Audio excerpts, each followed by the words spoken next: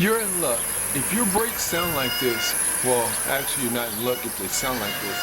But if they sound like this, I'm gonna show you how you fix it. Let's start. That's good. That's good. Okay, today I'm working on the rear brake pads on a 2003 GMC Envoy. This is my sister's car and it has 275,000 miles.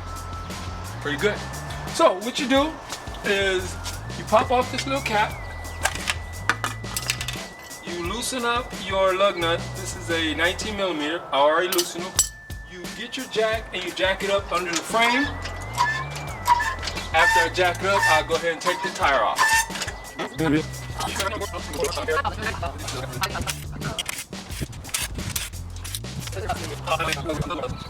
Okay, right here on the caliper, you have a 14 millimeter bolt at the top.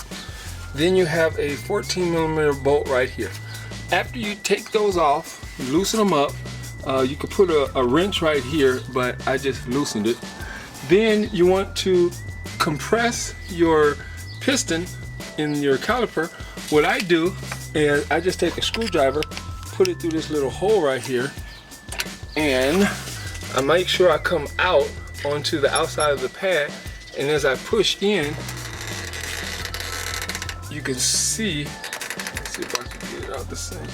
You can see how it's separating. Okay. So you can see how I pushed it back and then there's a gap.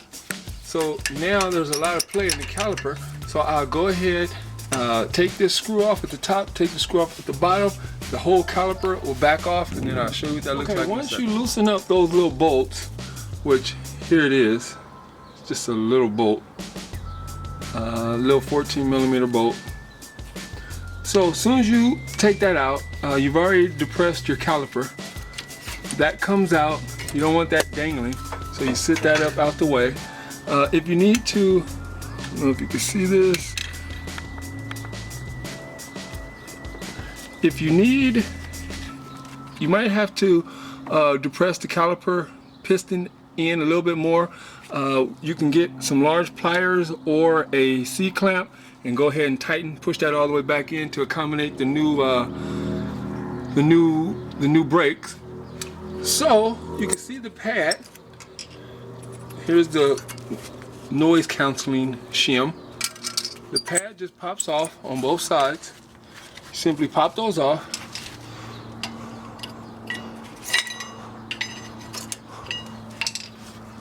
Okay, the pad just pops off on both sides. Wow. So that just slides out on both sides. Here's your pad. You can see just how thin this one was.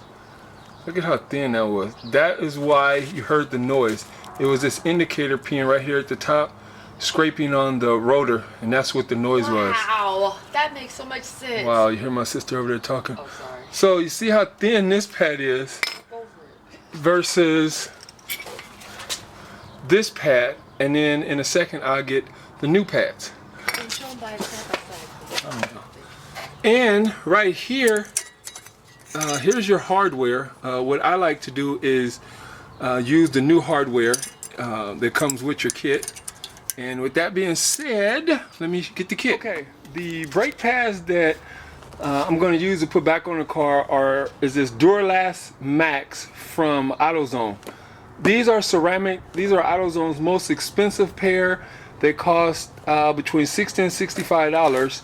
And with that, the good thing with that is you get a lifetime warranty. So anytime you need new pads, you just take these off, take it to Autozone, give them your number, and then they just give you a new set of pads for the rest of your life as long as you're on this car. Now, what comes in this box is you get your new hardware. I'll open that in a second. And here's your brakes. And again, these are ceramic pads. And when you look at the difference, look at that one next to that one. That's crazy. So as soon as I put these on, car is going to stop a lot better.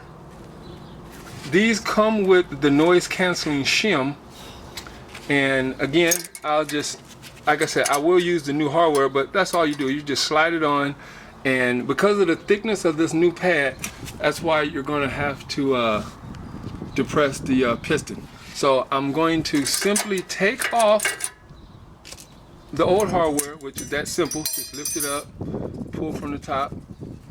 Well, maybe I use the screwdriver or something. Pull that down, put the new hardware on, put the pads on, depress right the here, piston. I'm just using a standard C-clamp. This one is 4 inches.